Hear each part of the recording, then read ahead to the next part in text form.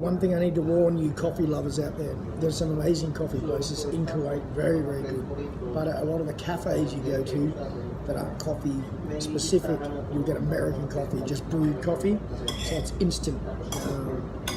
It's hard to handle, you get used to it, but it is what it is. That's all they have, a lot of them, and they'll just come and top it up, very much like the Americans. But that being said, there's some really amazing coffee places in Kuwait that are specifically for coffee.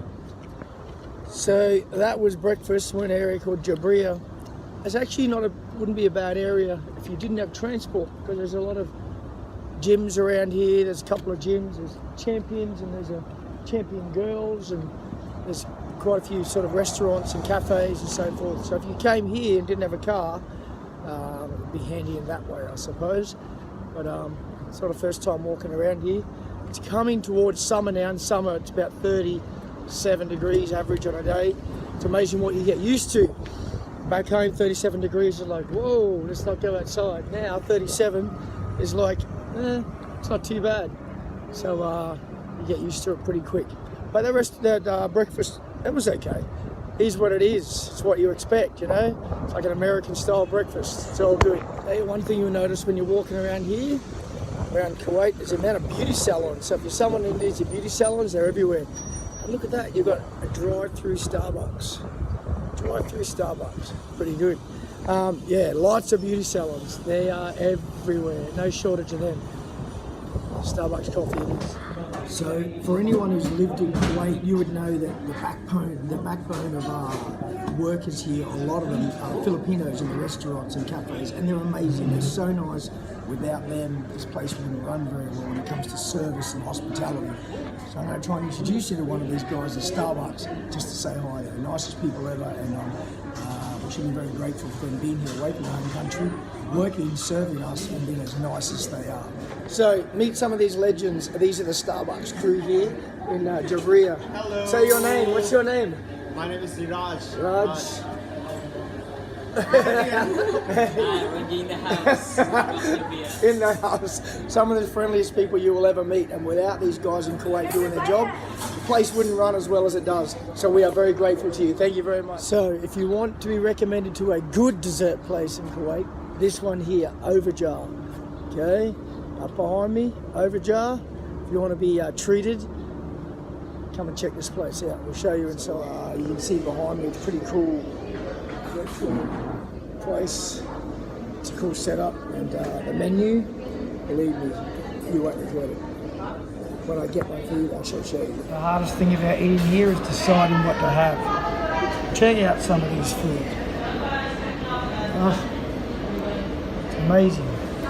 You guys will need to help me decide. Whoa. Those who know me, yes, I eat healthy, but do I love some bad food? Absolutely. Oh no.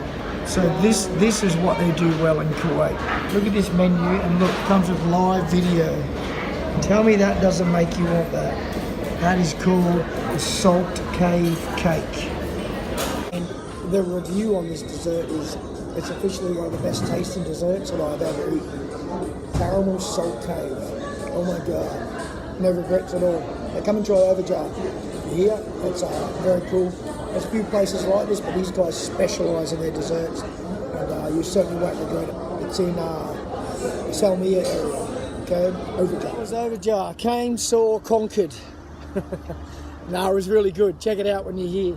And I go across the road now, down the seaside, show you a bit of a walking area in Kuwait. So here we are, the Marina Walk.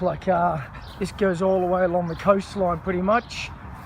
Can't really see the city today out there. It's very salty. I don't know if it's dust or salt.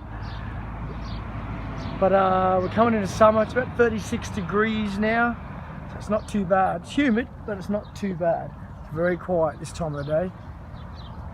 The Navy out there working hard. So it's really quiet during the day here. Most of these guys socialise because it gets a bit cooler. They socialise at night. Daytimes you come out, you won't see a lot, but maybe from, I don't know, 6 o'clock, a bit later on, you see a lot of families come down and so forth, and do their socialising by the water, have their dinner, have their barbecues and whatever they do. The one thing about living over here in the Middle East, the families are extremely social. They love getting together. It's part of their culture. getting together all the time, which is really nice. Very much like Saudi Arabia when I was living over there, very similar. But yeah, this is a nice walk along here. No, maybe in a couple of months' time it's going to get way too hot to be doing this, but for now it's quite pleasant. Hey, one good tip to remember when you get here, being from Australia, we eat a lot earlier than these guys. So if you go out and eat at your normal time, which is our dinner time, sort of 7 o'clock, a lot of things are very quiet. A lot of these guys eat a lot later than that. So if you're going to go out, you can avoid the crowds when you go out at what we would call normal time. I haven't fallen victim to eating generally at 11 o'clock at night like a lot of these guys. You'll see the kids out playing and socialising at midnight, no problem at all. It's craziness. It's very different to our culture. And we're actually coming into another Ramadan starting end of this week. So everything sort of gets flipped in reverse. Work at night time and not in the daytime. Unless you're a trainer, I've got some clients I'm trained during the day, but generally it all gets flipped around, coming on to Ramadan time, which is something to experience as well. This will be my 3rd Ramadan in the Middle East. Can be challenging sometimes, especially if you're someone who likes your coffee during the day. There's no cafes, nothing open to get a coffee, so that can be difficult, but who knows, maybe good for you anyway to go without some coffee during the day. One of the unfortunate things here is the water. I get advised not to be swimming here purely because it's not the cleanest water. Asked a few people, different opinions, but in general it's agreed that it's not the cleanest water, so it's not advised to swim. But down the coast, near the chalets and so forth, it's a lot cleaner and a lot better down there. Here's a lot of cats. Again, very much like Saudi, a lot of cats along the coastline, and some of them seem to get fed pretty well. They do okay for themselves. And that's not a bad view, sitting while you're waiting for a meal. Another thing these guys love, they love their jet skis and their water life. Nice. Love their toys.